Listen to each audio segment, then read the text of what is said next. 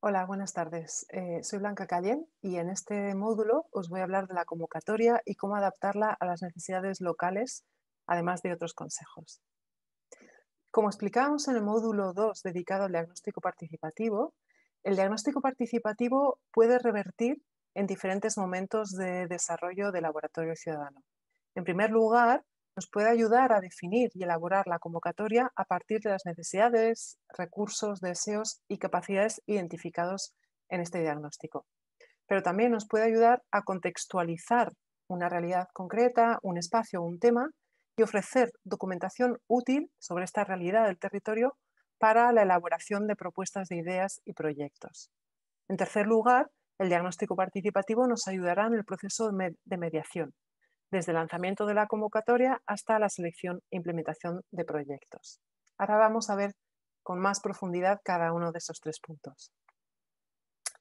En el caso de la función de la elaboración de la convocatoria, veremos que a partir del diagnóstico, este nos ayudará a abordar dos elementos fundamentales de la convocatoria. En primer lugar, los objetivos y en segundo lugar, el marco general de la convocatoria. Los objetivos de la convocatoria son aquello que queremos conseguir con la puesta en marcha del laboratorio ciudadano en general o con las ideas y proyectos que se presenten a esta convocatoria concreta más en particular. Básicamente, a partir del diagnóstico participativo, definiremos los objetivos de la convocatoria que consisten en responder a una serie de preguntas. ¿Qué queremos hacer? ¿Qué cambios deseamos conseguir ante ciertos problemas y necesidades identificados? ¿Qué propósitos deseamos alcanzar en el tiempo que disponemos de la duración del laboratorio ciudadano? ¿A dónde nos gustaría llegar con los recursos y capacidades que tenemos? O, más en general, cómo mejorar la vida en común de este territorio. Básicamente, se trata de transformar los problemas o deseos que hayamos identificados en el diagnóstico en una meta final, en el objetivo general de la convocatoria. Y, en segundo lugar, transformar necesidades e intereses específicos identificados en propósitos concretos, en objetivos más específicos.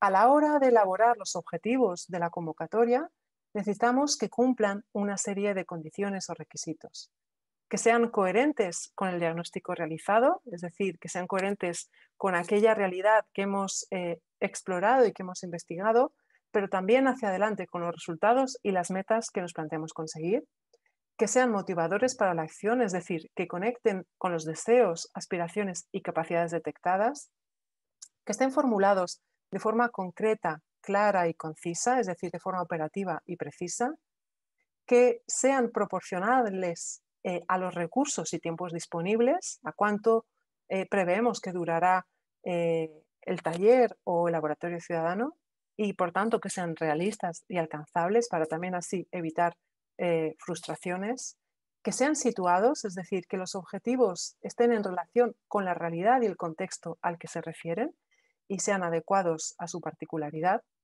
que sean coherentes y compatibles entre sí, de modo que no incurran en incoherencias y que la consecución de unos apoyen al logro de otros, que sean evaluables para saber si luego los hemos alcanzado y aprender así del trabajo realizado, lo cual conecta con el módulo dedicado a la evaluación, y que sean participativos en la medida de lo posible, de manera que la comunidad se haya implicado en su elaboración. Pues bien, como os decía, a partir del diagnóstico podemos elaborar de manera más adecuada y más precisa la convocatoria, definiendo los objetivos, como he explicado en este punto, y también el marco general de la convocatoria, que es el segundo gran punto sobre la convocatoria. El marco general no es otra cosa que un breve texto escrito que haga referencia a diferentes puntos. En primer lugar, los territorios y las líneas de acción, es decir, que describa brevemente la convocatoria, cuál es el territorio, la población o el ámbito sobre el cual queremos intervenir y para el que se convocan ideas y proyectos, y las líneas de acción prioritarias, teniendo en cuenta y dejando muy claro que, aunque esas sean las prioritarias, eso no excluye de otras, porque podría ser que las ideas y proyectos que se enviaran a la propuesta hayan identificado problemáticas o necesidades que nosotros en el diagnóstico como grupo motor no hayamos identificado.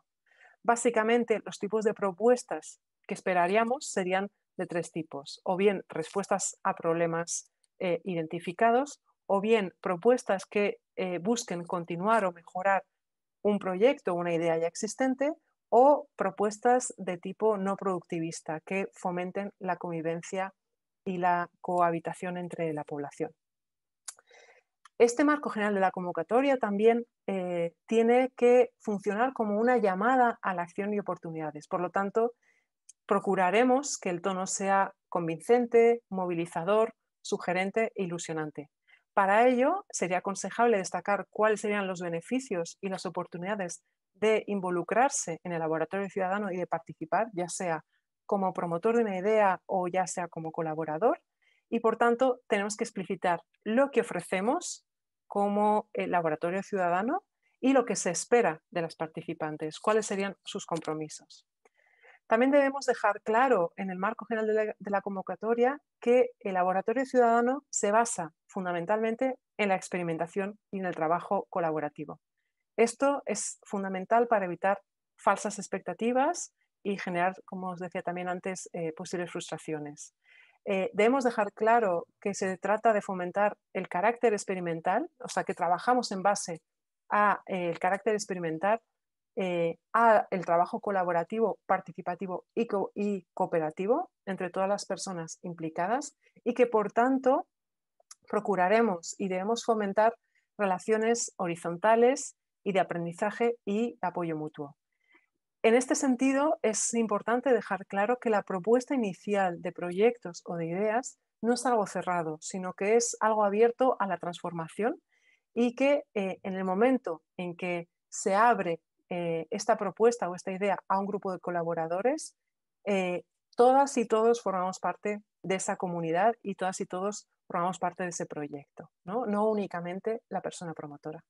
También otro punto fundamental del marco de la convocatoria es dejar claro que la propuesta de proyectos o ideas puede partir desde cualquiera para cualquiera. Por tanto, esta convocatoria tiene que ser inclusiva, accesible, respetuosa e igualitaria, no únicamente en el lenguaje que se utiliza en la convocatoria, sino explicando y aclarando que cualquiera puede participar sin importar sus edades, condiciones, incluso pueden no vivir en el barrio, pero proponer ideas o proyectos para el barrio a todos los niveles y escalas, es decir, desde propuestas individuales a colectivas. Y también tenemos que dejar claro que procuraremos que las condiciones, los horarios y los espacios no sean excluyentes para, por ejemplo, personas con cuidadoras o con personas a su cargo o personas con diversidad funcional o personas que sus trabajos o sus horarios dificulten la participación. Otro punto fundamental hace referencia a las fechas, lugares y formato. ¿Cuál será la forma de organizar los talleres? ¿Cuáles serán los horarios y el lugar donde se llevarán a cabo? Y destacar también el compromiso de asistencia de las participantes. Es decir, podría ser que no todas en todo momento puedan participar, pero sí que tratar de asegurar un mínimo de asistencia.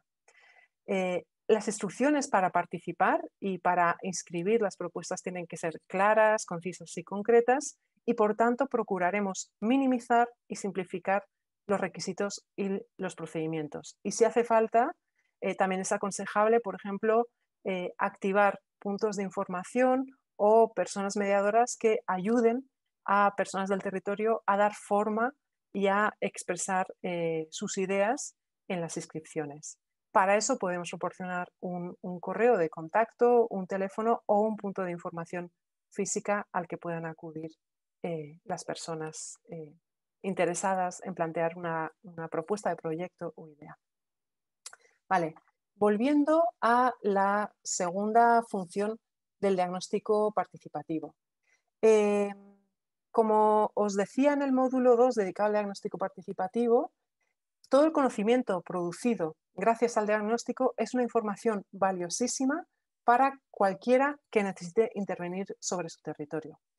Con lo cual, el diagnóstico debería convertirse en algún tipo de material o documentación accesible y pública para todas, ¿sí? Porque es producto de un trabajo y saberes colectivos y además producto de la propia comunidad. Con lo cual, deberíamos procurar generar documentos de apoyo, ya sean textos, imágenes, cartografías, mapas, sociogramas, es decir, cualquier material resultante del diagnóstico que pudiera ser consultado y utilizado por las personas implicadas en el laboratorio ciudadano o más allá. Como os decía, para asegurar el acceso libre, público y gratuito de toda esta documentación, deberíamos procurar utilizar licencias libres y así garantizar su acceso y consulta. El último punto, como os decía antes, es que a partir del diagnóstico participativo también comienza el proceso de mediación. Como os decía, el resultado de este diagnóstico obtenemos varios elementos útiles para la mediación.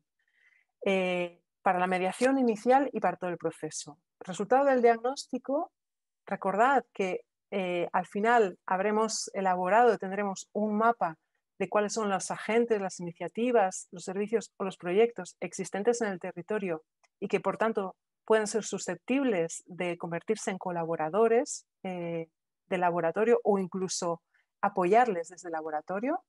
El diagnóstico participativo también supone haber elaborado una especie de foto fija, un análisis descriptivo y comprensivo de un momento concreto en la vida de ese lugar, con lo cual esto nos proporciona información útil para la mediación y además nos ofrece una red de contactos y relaciones a movilizar y cuidar durante todo el laboratorio ciudadano.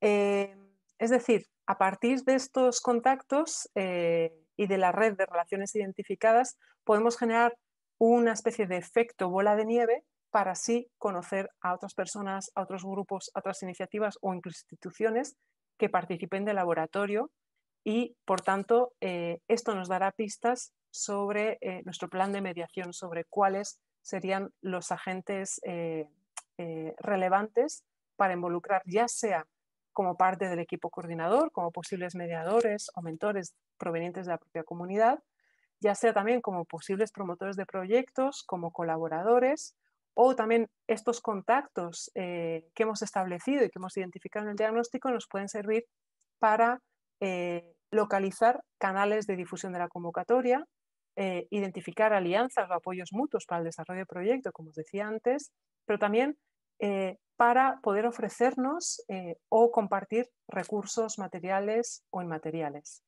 así como también para identificar posibles beneficiarias o interesadas en los proyectos resultantes. Ya para finalizar, recordaros también que disponéis de un documento donde podéis consultar ejemplos reales de convocatorias y además hay un ejercicio que si lo resolvéis de manera adecuada, considero que ya tendréis bastante avanzado una base, ¿no?, de lo que podría ser vuestra propia convocatoria de proyectos e ideas para el laboratorio ciudadano. Muchas gracias.